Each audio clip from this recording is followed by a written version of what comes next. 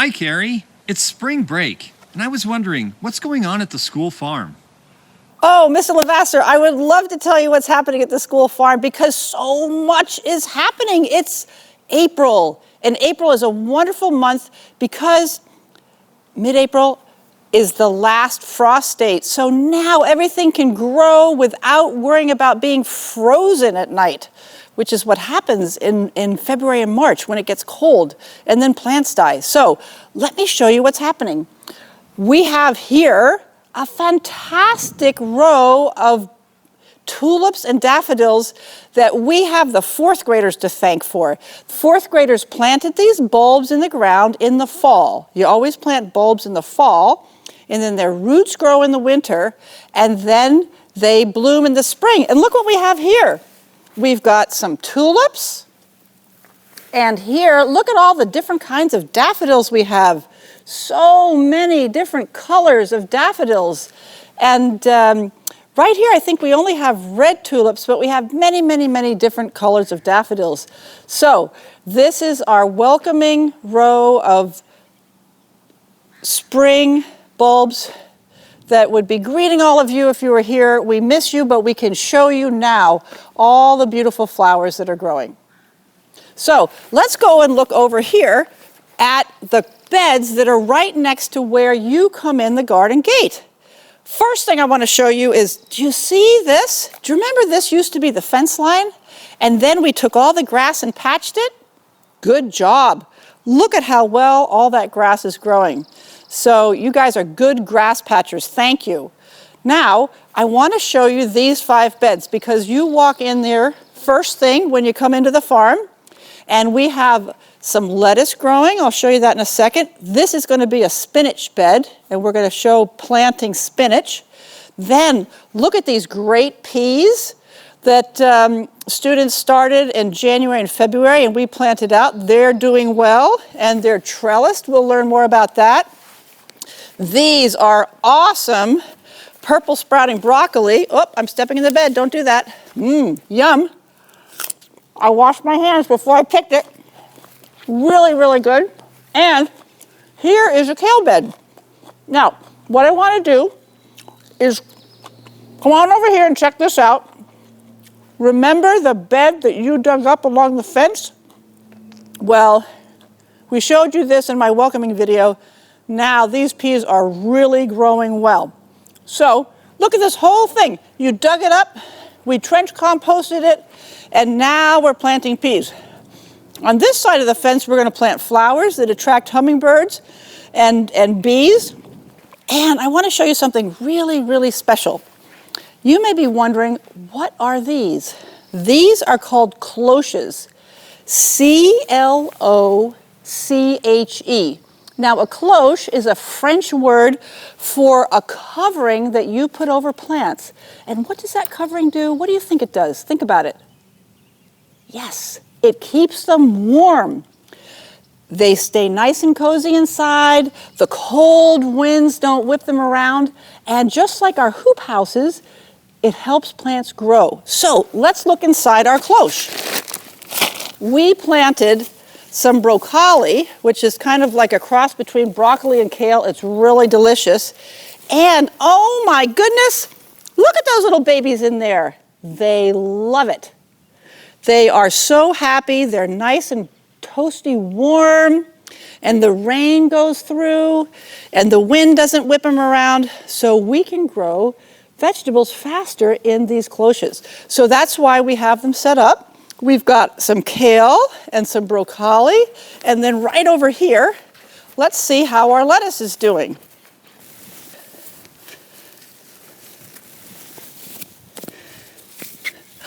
Wow!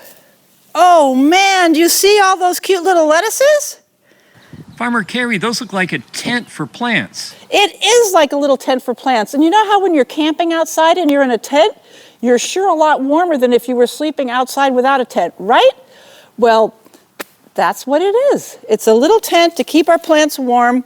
And then when the days get longer and it gets warmer, then we can take this off. But right now, we're using this. It's called a season extender. And what that means is it extends the season. You can grow more earlier in the season, and you can also do it later in the season. Yeah?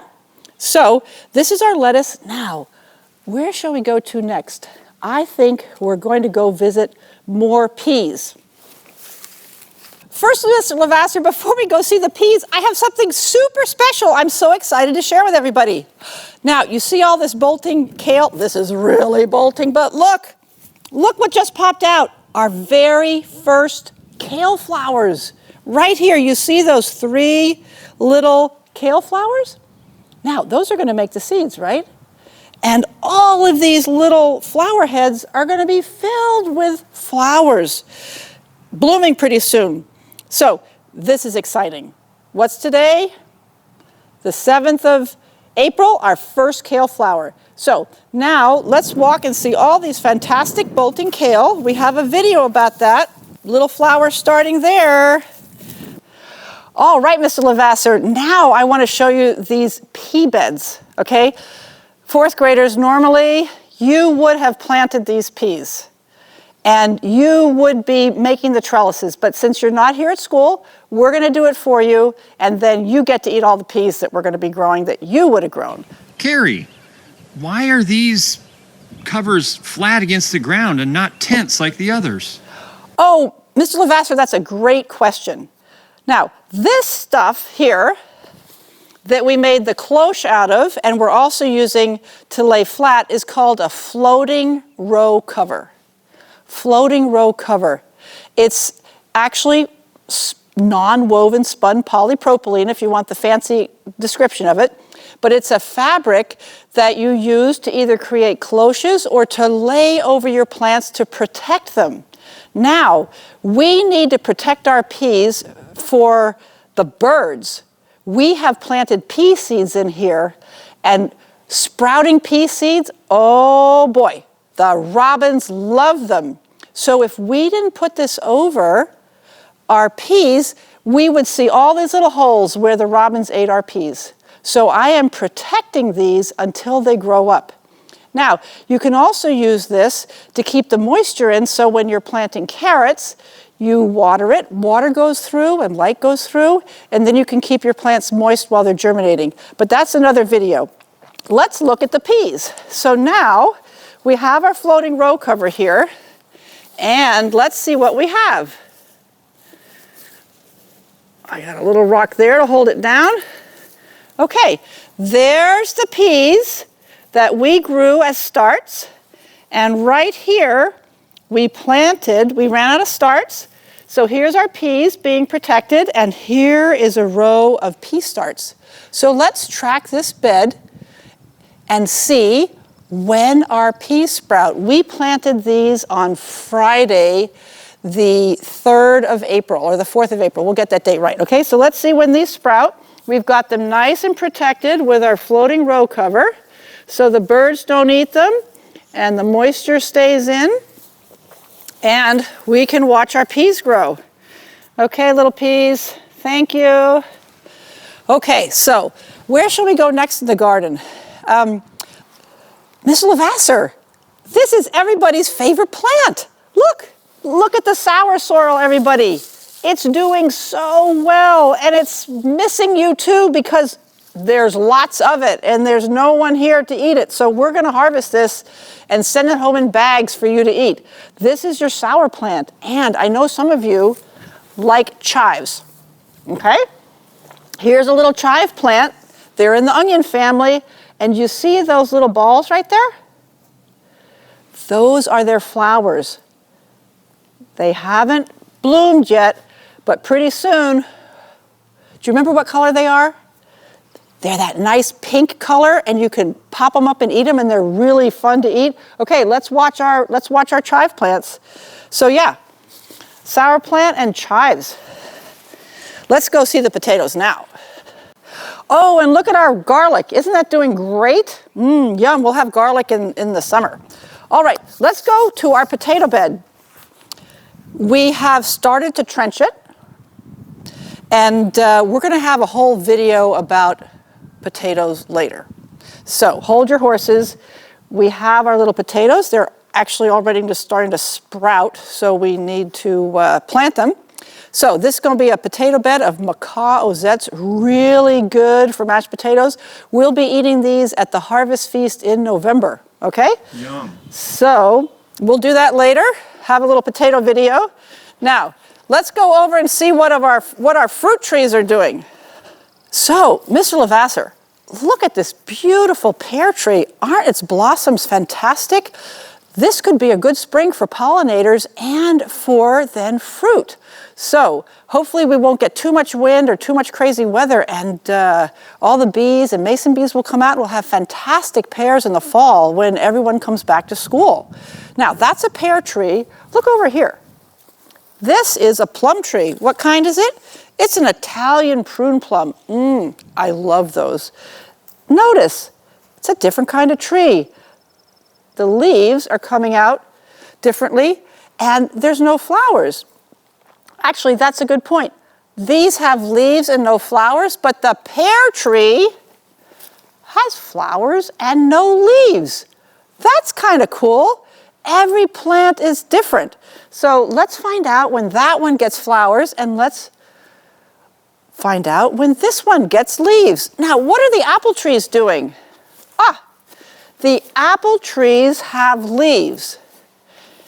Oh, and you know what apple trees do? Look, they have leaves and little flower buds. So they're different than the other two. So here you have three really different kinds of ways that trees make fruit. Different strategies, they call that, for budding out and getting fruit. Up right here are some little pink apple blossoms coming on this tree. So we're going to track these trees and see when they flower out, and then we can follow the formation of their fruit over the course of the season.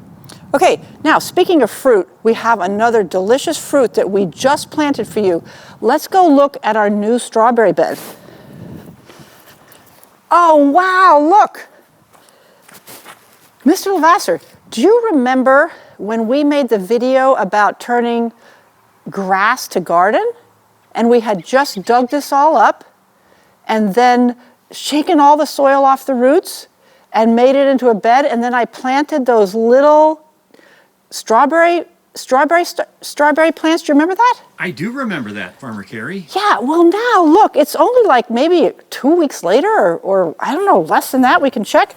And look, oh wow, those things, I was thinking, gosh, these are scraggly little things. All they are roots with nothing else. And now look, see that? Those roots are obviously growing really well. And look, it's got leaves. These are strawberry leaves, see?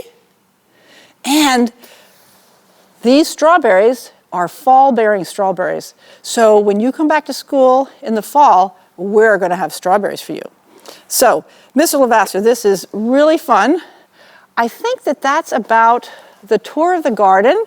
One last thing, we have fantastic lettuce and bok choy in the hoop house.